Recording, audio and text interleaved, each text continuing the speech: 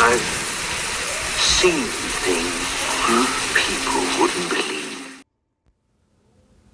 Hey, what's up guys? This is Brian at Whisper Status 74. Welcome to the community, welcome to the channel. If it's the first time you are seeing me, please consider liking and subscribing.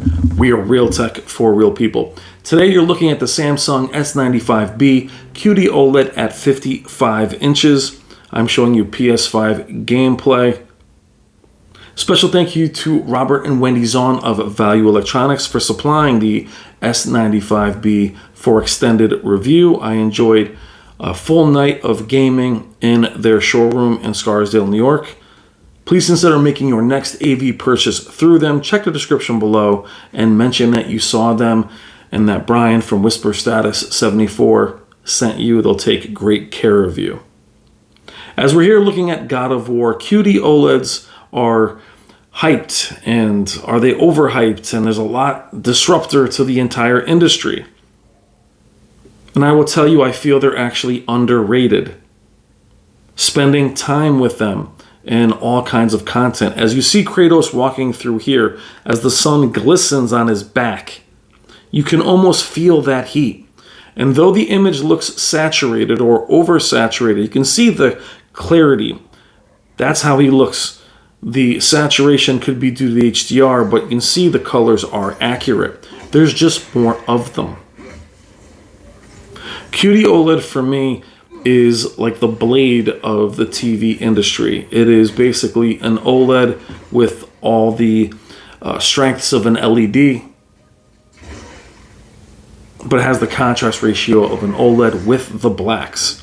What I love about QD OLED though is it doesn't have the black crush that OLEDs suffer from. We move over to Wipeout. This is a very cheap title you guys can pick up for $18 or $19. 3 games in one. Beautiful game. What I like about this game and others is watching the upscaling of a certain panel. Samsung's processing is excellent. It is very clean. Every game tested here is cleaner than I've ever seen it. And for context, I game on an 83-inch C1, a 55-inch C2 at home, a 77-inch A80J. In store, I've gamed on the QN90A, recently the LG G2, and this is by far the best looking one of the bunch. Now, what sets it apart for me, again, is the higher peak brightness, but it doesn't use it brute force wise. It's the specular highlights. It doesn't wash anything out. The G2 felt like I had to lower every setting to make it look beautiful, and it was beautiful. This needed less work. Here we are with Returnal.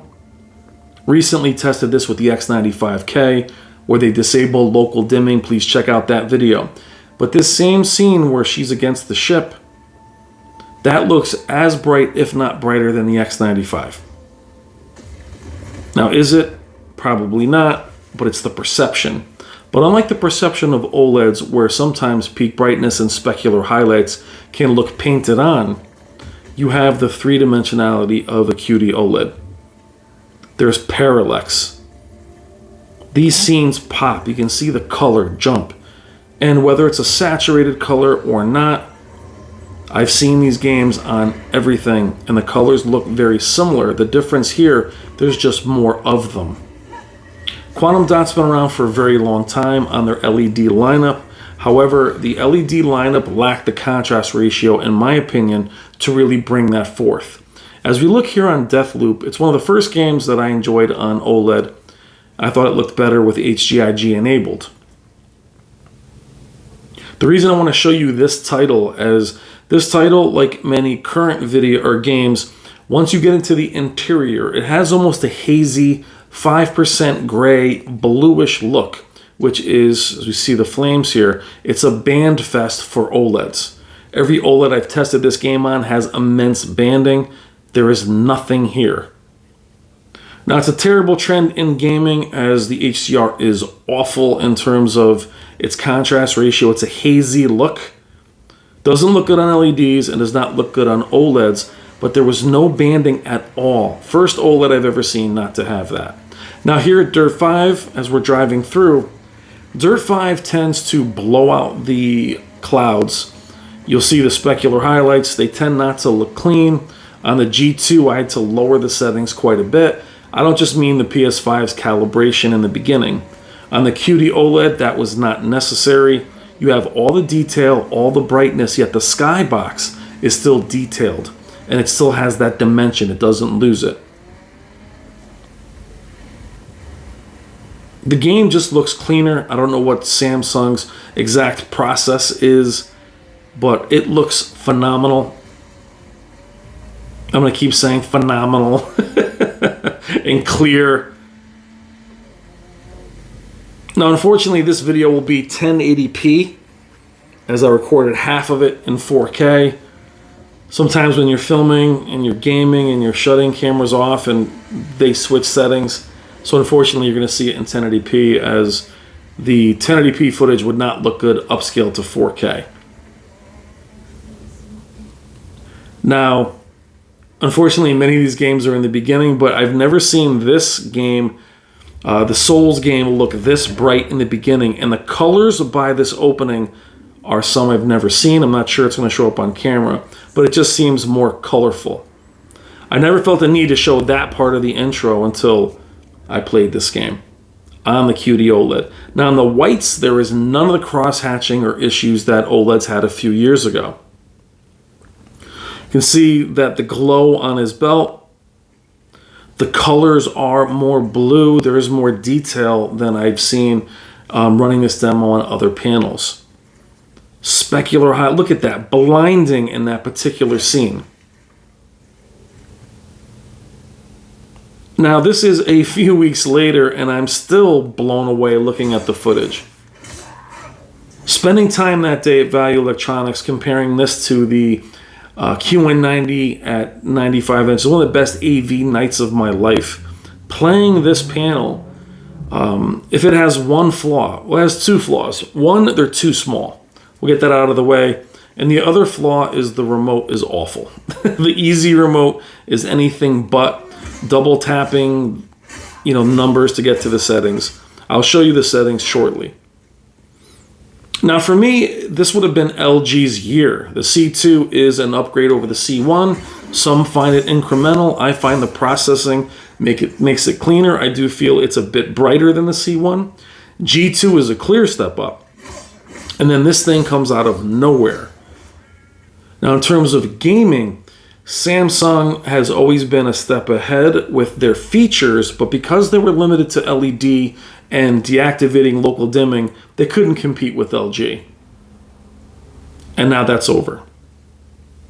Look at that. That is absolutely amazing. Look, it doesn't blow out the clouds. The detail's still there.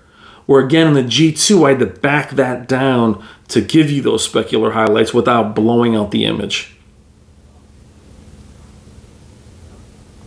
So again, Samsung innovates and had a lot of these settings before LG, like the game optimizer, but the weakness was always with their LED lineup disabling local dimming. Here is the settings. We'll go through them. Now, like LG and unlike Sony, I'll be doing a video directly to Sony, is having more features and more presets for gaming is paramount. These games look very different from one another. Some games you want to look more accurate, some games you want to look more saturated. I'll be going through the settings later on, also with Horizon Zero Dawn. But look at the way that pops off his belt. So instead of making the entire image bright, it's those little specular highlights and the flames on the castle. That's what matters. Peak brightness means nothing if it washes out the whole image. The colors, the walls. As you walk out, you have that blaze of sun, and then it backs down. Now also the black levels of OLEDs isn't just the delineation of the edges. It's not about black bars. It's about that contrast ratio in every material, in every piece of clothing, in rocks. The way that black level is, you can see that in all the details here. Now, never did I feel that the S95B was washed out. And it felt good out of the box. It didn't need a ton of work. Now, again, we get to the Horizon Zero Dawn part. I will show you all of the settings and all the flexibility. But every one of these games, this is how I'll put it. Every one of these games felt like I was going from a console to a PC. Now, those of you that have played both know that when you go from a console, even these consoles, to a high-end PC, there's a certain clarity that's there. It's almost like there's a certain level of anti-aliasing that is an overlay. These all looked amazing. Now, they all look amazing anyway, but they're just another level of clarity, whether it's their upscaling, their processing. But I was blown away with every game I put in.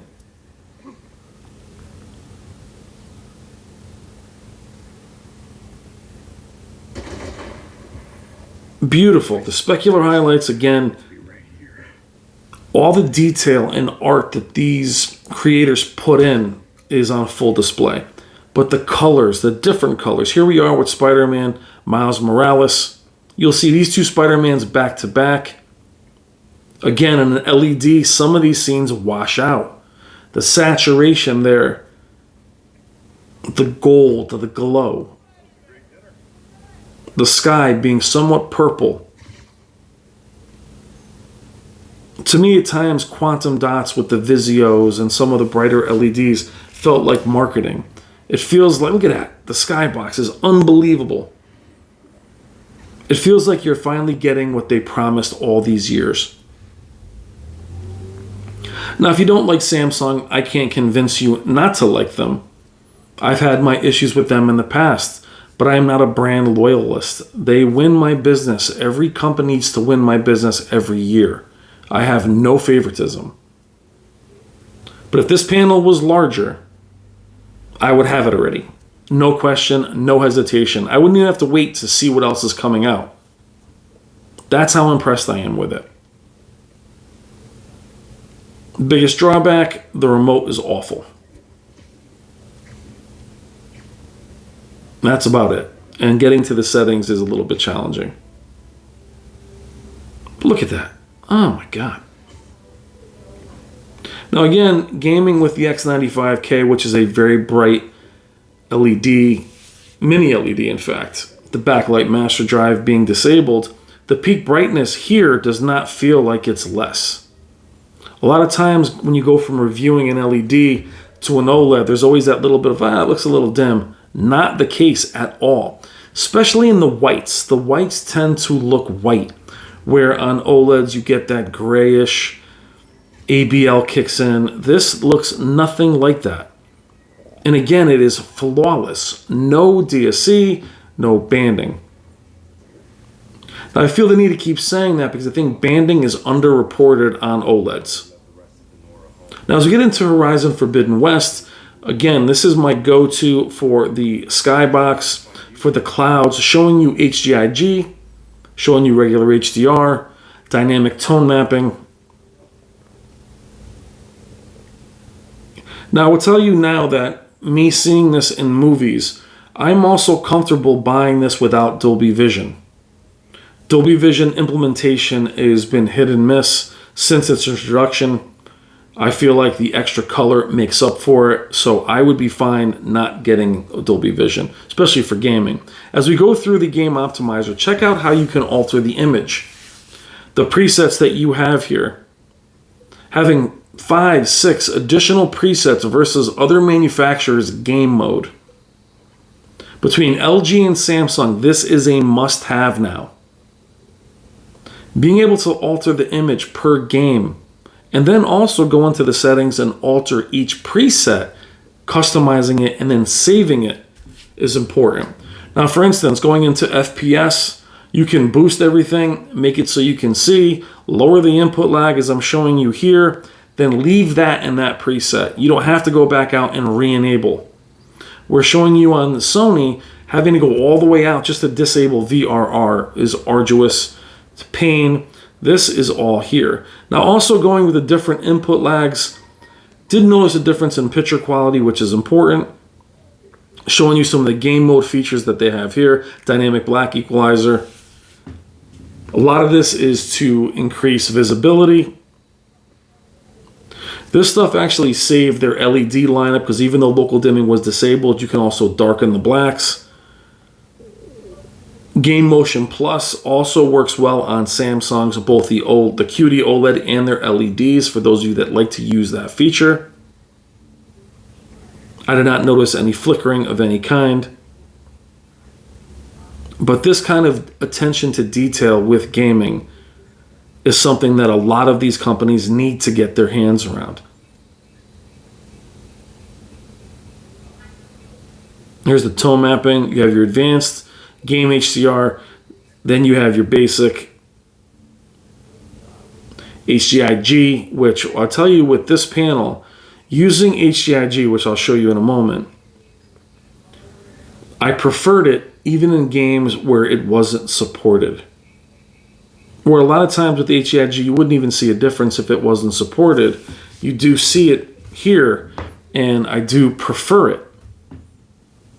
And the TV is has so much pop that even things like dynamic contrast, if you wanted to enable that to give it more pop, you really don't need it with this panel. Meaning if you wanted to, you can actually strip it down and take away a lot of these settings. You see HDIG there in the corner. You can disable a lot of the settings that you would typically enable for gaming, and it'll still look at that.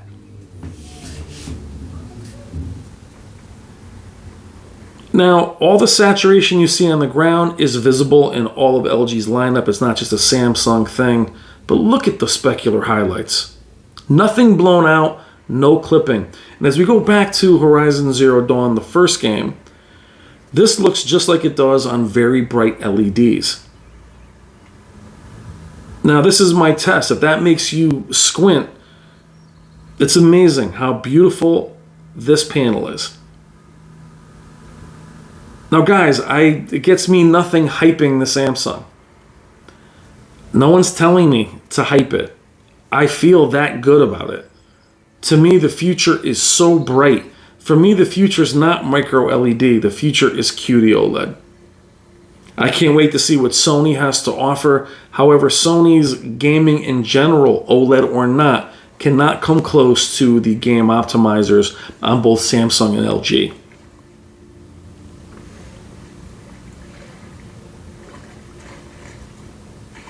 Every game I threw at it looked better than I've ever seen it, ever.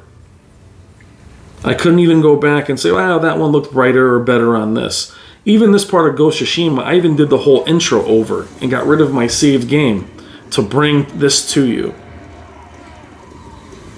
And you see in the black smoke, the blacks are supposed to be black. The rest of it is supposed to have that time of night look. But the flames, the specular highlights, the detail, unbelievable.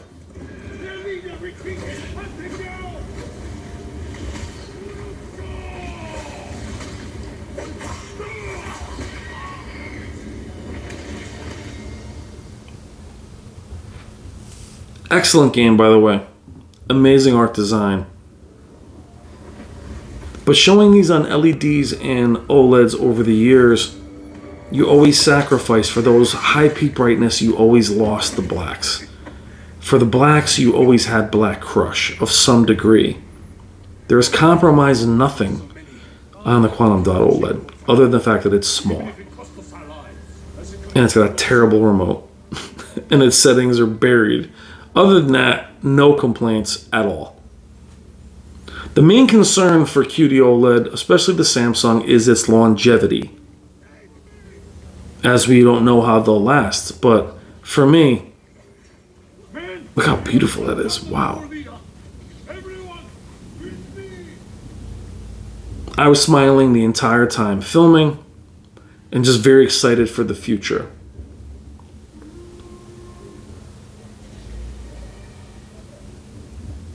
Now, at the time of this video, Samsung has already confirmed a 77-inch for next year. For me, that's still too small. I am 80 and up, so I will have to wait. But to me, the QD-OLED so far in this TV year is number one.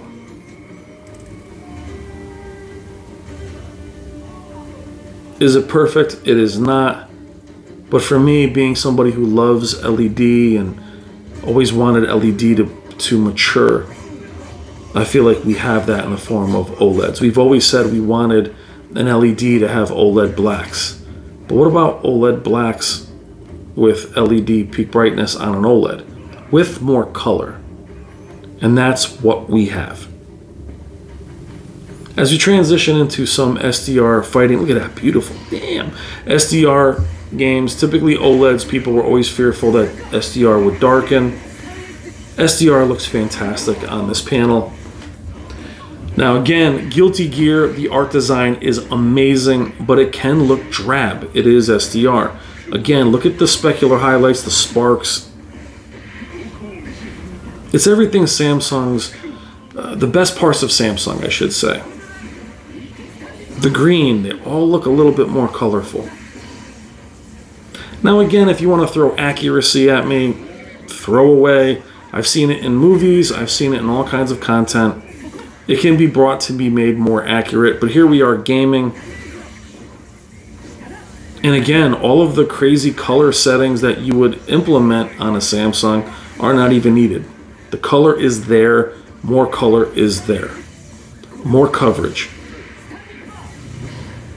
Now, OLEDs always seemingly are more colorful, but that's due to the contrast ratio, not the coverage.